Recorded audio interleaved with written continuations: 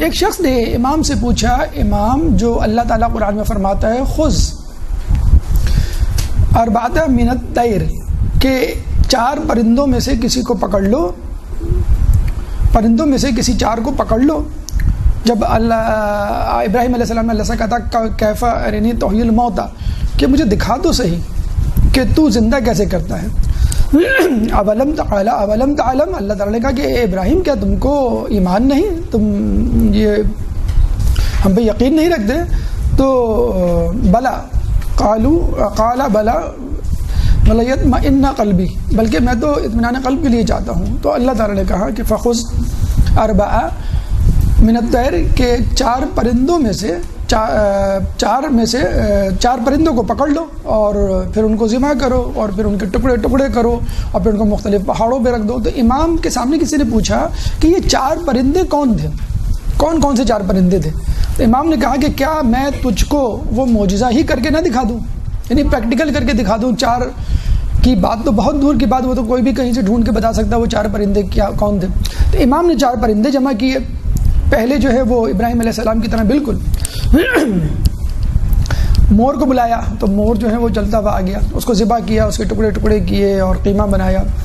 پھر جو ہے وہ کوے کو بلایا، کوہ چلتا ہوا آیا، اس کو ذبح کیا، اس کے ٹکڑے ٹکڑے کیے اور قیمہ بنایا.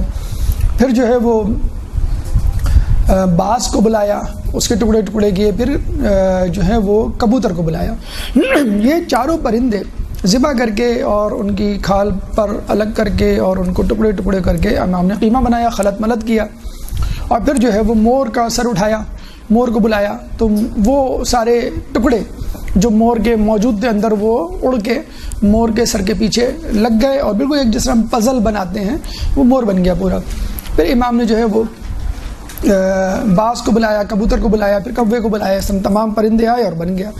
لیکن یہاں پہ جو ایک پیغام دینے کا وہ یہ کہ اللہ تعالیٰ کے سامنے ابراہیم علیہ السلام نے کہا تھا لیطمئن قلبی، میں جو ہوں اپنا اطمینان قلب چاہتا ہوں، یعنی اپنا ایمان جو ہے وہ بڑھانا چاہتا ہوں. کیف ارنی تحیی الموتیٰ، دیکھنا چاہتا ہوں کہ تو کیسے دوبارہ زندہ کرے گا. یہاں امام نے یہ نہیں کہا تھا کہ اللہ میں دیکھنا چاہتا ہوں، بلکہ وہ دکھانا چاہ رہے تھے کہ تمہارا ایمان ہمارے اوپر ایسا ہونا چاہیے کہ جیسے امت ابراہیم کا ابراہیم علیہ السلام بھی تھا، نہ کہ ہم اپنا ایمان بڑھانا چاہ رہے ہیں. جیسے مولا علی فرماتے ہیں لو کوشف الغطا ما ازددت یقینا، کہ اگر حجابات ہٹ بھی جائیں تو مجھے میرے ایمان میں اضافہ نہ ہو. بالکل امام کا بھی یہی معاملہ تھا. دوسرا معجزہ جو ابراہیم علیہ السلام سے ملتا جلتا ہمیں ملتا ہے وہ کیا ملتا ہے کہ مولا سے ملنے کے لیے ان کا ایک چاہنے والا، دیکھیں چاہنے والوں کے بھی درجات ہوا کرتے ہیں. تو اب اس واقعے میں آپ کو درجات مل جائیں گے، چاہنے والے کتنی درجات کے ہوتے ہیں، کتنے درجات کے ہوتے ہیں. امام کے پاس ان کا چاہنے والا خراسان ایران سے آیا، سہیل خراسانی، اور کہنے لگا امام آپ قیام کیوں نہیں کرتے، لوگ تیار ہیں اور آپ آ جائیں. یعنی نعوذ باللہ امام تیار نہیں ہیں، لوگ تیار ہیں. جیسے ہم کہتے ہیں الجل کہ ہم تیار ہیں، امام تیار نہیں، خدا نخواستہ. تو امام نے کہا، امام نے انکار کیا، وہ اس نے اصرار کیا، انکار کیا، اصرار کیا. تو امام نے کہا اپنی کنیز کو کہ تندور گرم کرو. تو تندور جو ہے وہ گرم کر دیا گیا، شعلے بھڑکنے لگے اور سفید دھواں اٹھنے لگا. جب مکمل طور پہ تندور جو ہے وہ گرم ہو گیا، جل گیا، تو امام نے سہیل خراسانی سے کہا کہ تم اس میں چھلانگ لگا دو. اور وہ گھبرا گیا، امام میں تو آپ کے ماننے والا ہوں، مجھے آپ عذاب دیں گے، مجھے اس عذاب سے باز رکھیں. یعنی یا تو وہ گھبرا گیا کہ شاید امام نے غلط سمجھا، مس انڈرسٹوڈ کیا، یا پھر اس کا ایمان اتنا نہیں تھا کہ وہ آزمائش برداشت کرتا. بہرحال اس نے انکار کر دیا. امام خاموش ہوئے. اسی دوران ہارون مکی امام کے چاہنے والے آئے. امام نے آتے ہی کچھ جگہوں پہ یہ ہے کہ سلام دعا کے بغیر یا سلام کا جواب دیے کے بعد فوراً یہ کہا کہ اس میں چھلانگ لگا دو. اور وہ چپل پہنے ہوئے تھے، تو انہوں نے جو ہے وہ اس میں چھلانگ لگا دی اور امام نے جو ہے وہ اس تندور کا ڈھکن ڈھک دیا، ڈھکنا، کہ مکمل طور پہ یقین ہو جائے کہ اندر ہی ہیں. اور دوبارہ اپنی گفتگو جو ہے وہ جاری رکھی. سہیل خراسانی سے جو ہے مزید خراسان کے حالات پوچھنے لگے اور اس طرح حالات پوچھنے لگے جیسے ان کا پرانا محلہ ہو، فلاں کا کیا حال ہے، فلاں جگہ کیسی ہے، فلاں کیا کر رہا ہے، وغیرہ وغیرہ. جب سہیل خراسانی کو یقین ہو گیا، جب اس کی مطلب یعنی یقیناً اس کی پریشانی بڑھ رہی تھی، اور جب اس کو یقین ہو گیا کہ اب وہ جل بھن کر کوئلہ ہو چکے ہوں گے، کون؟ ہارون مکی. امام نے کہا کہ سہیل اب تم جو ہے وہ تندور کی خبر لو کہ تمہارا ساتھی کس حال میں ہے. تو جب اس نے ڈھکن ہٹایا دیکھا تو ہارون مکی آلتی پالتی 4 زانو ہو کر بڑے اطمینان سے بیٹھے ہوئے.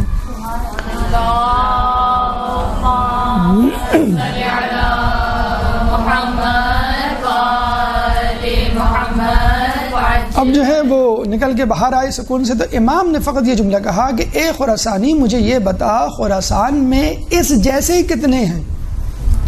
اب وہ جسے کہتے ہیں کہ سمن بالکل خاموش اور گنگ ہو گیا اور کہنے لگا یا امام حقیقتاً ایک بھی نہیں، ایک بھی ایسا نہیں ہے. تو امام نے کہا جب ایسے 5 ہو جائیں تو ہم قیام کر لیں گے. یعنی فقط 5 افراد درکار تھے امام کو. اگر 5 بھی ہو جاتے، کہتے ہیں روایتوں میں ملتا ہے کہ امام شیشم سے روایت ہے کہ رسول علی کی خلافت کی حمایت میں فقط 3 ہی لوگ تھے حقیقتاً. تو لوگوں نے پوچھا کون کون سے؟ انہوں نے کہا کہ سلیمان فارسی، ابو ذر غفاری، مقداد بن اسود، کسی جگہ ہمارے یاسر کا نام. تو لوگ بڑے حیران ہوتے ہیں آج بھی کہ فقط 3 لوگ، اور دشمنان اہل بیت ہمارا مذاق بھی اڑاتے ہیں. تو ایمان کے درجات ہوا کرتے ہیں. تو اسی طرح امام کے زمانے میں امام کے لیے ضروری تھا کہ 5 کم از کم ایسے افراد ہوں ہارون مکی جیسے، پھر امام قیام کریں گے. ایک اور جگہ آتا ہے کہ امام جا رہے تھے تو دیکھا چند بھیڑیں امام کے پیچھے سے گزری سامنے سے. تو امام نے کہا کہ کاش ہمارے چاہنے والے حقیقتاً جو چاہنے والے ہیں وہ اتنے ہی ہوتے، یعنی اتنی بھیڑوں کے برابر. تو راوی کہتا ہے کہ میں نے آگے جا کر ان بھیڑوں کو گنا تو وہ 17 نکلی، یعنی 17 بھی نہیں تھے. تو بہرحال امام کے چاہنے والے، امام کے ماننے والے 3 ہوں، 5 ہوں، 17 ہوں، اس وقت اللہ تعالیٰ کا غیظ و غضب اتنا بڑھ گیا ہے کہ یہ تعداد 313 کر دی گئی ہے کہ جب تک کم از کم یہ 313 نہیں ہوں گے امام کا ظہور نہیں ہوگا. حقیقت حال یہی ہے کہ بظاہر ہماری زبان تو کہتی ہے کہ ہم امام کا انتظار کر رہے ہیں، منتظر ہیں، امام ہیں اور امام کو ظہور کر جانا چاہیے، بس بہت ہو چکی اور بہت ظلم ہو گیا.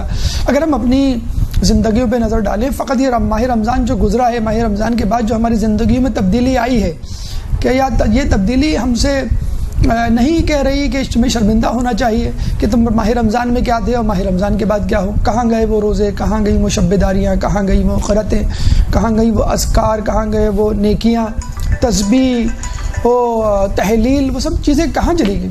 تو حقیقت میں امام کے ماننے والے ٹھیک ہے چاہنے والے ہوں گے، لیکن حقیقت میں جو معیار ہے، میزان ہے، جو ریکوائرمنٹس ہیں، وہ بہرحال 313 کی ابھی تک پوری نہیں ہوئی. بہرحال ایک اور واقعہ میں ملتا ہے کہ منصور دبانقی نے ایک دفعہ آپ کے گھر کو نذر آتش کروا دیا. کہتے ہیں سب لوگ گھر سے بھاگے اور تمام لوگ اس کو آگ کو بجھانے لگے، اور امام بڑے اطمینان سے اندر گھر میں کھڑے ہوئے تھے.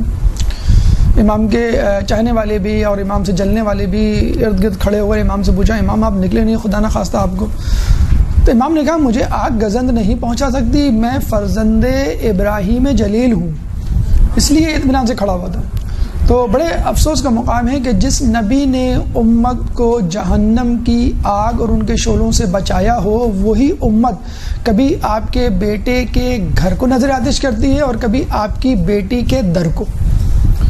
حالانکہ حقیقت میں دیکھا جائے تو یہ وہ لوگ ہیں کہ جو نبی کے گھر کو، نبی کی بیٹی یا بیٹے کے گھر کو نظر آتش نہیں کر رہے، بلکہ یہ وہ آگ ہے جو اپنے لیے وہ لے کے جا رہے ہیں خدا کے پاس.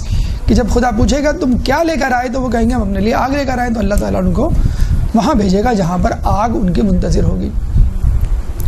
تو بہرحال یہ پرندے کے معجزات اور آگ کے معجزات اس بات کی دلیل ہے کہ ہمارے امام ابراہیم علیہ السلام کی طرح، ہمارے امام دیگر انبیاء کی طرح اللہ تعالیٰ کے منتخب شدہ افراد ہیں، اور ان کو دنیا والے اس وقت تک گزند نہیں پہنچا سکتے چاہے وہ کتنے ہی طاقتور کیوں نہ ہو، جب تک خدا نہ چاہے. اور جب ہم دیکھتے ہیں جب زہر دینے کا وقت آیا، جب ان کو شہید کرنے کا وقت آیا، تو اللہ تعالیٰ کی مشیت اور مرضی کے الہے انہوں نے اپنے آپ کو سامنے پیش کر دیا کہ ٹھیک ہے اس وقت جو ہے وہ اپنے آپ جان کا نذرانہ پیش کرنے کا وقت آیا.